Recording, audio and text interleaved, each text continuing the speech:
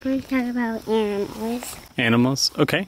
What kind of animals? Frogs. Frogs? Oh, because you were hearing the bullfrog over there? Yeah.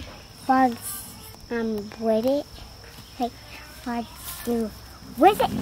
Mm-hmm. Yep.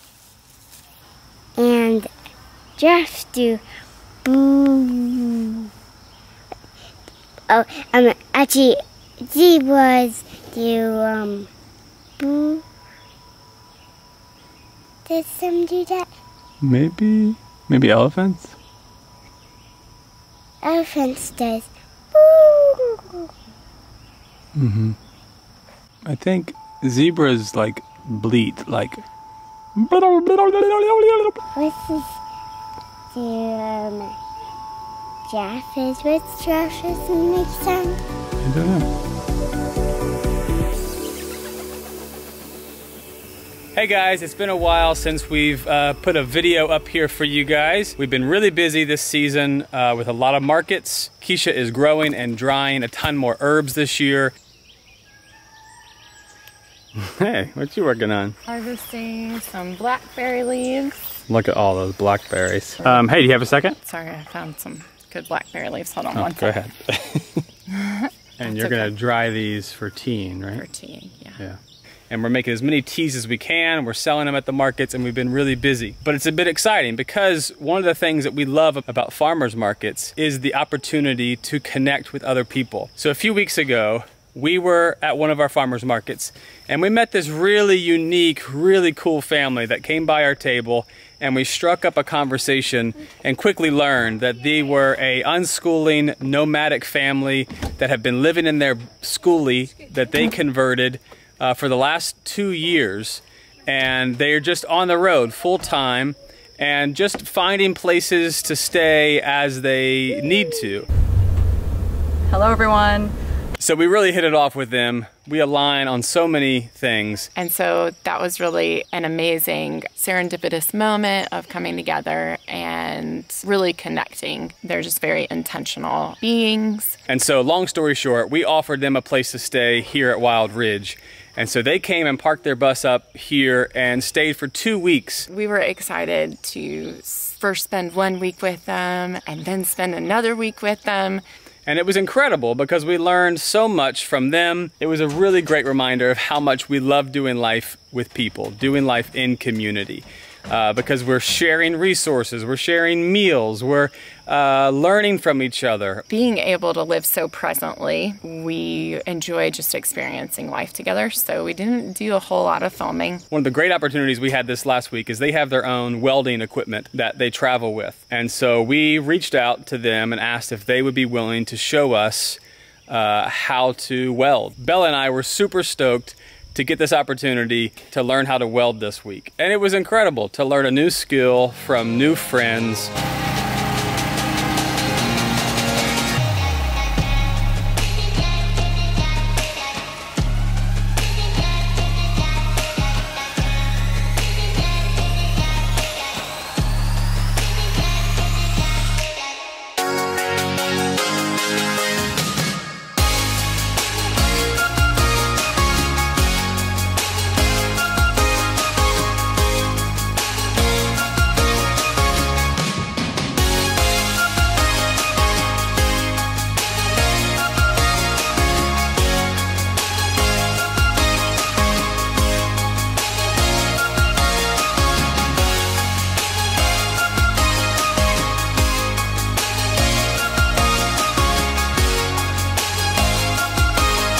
How's it feel being a welder? Good!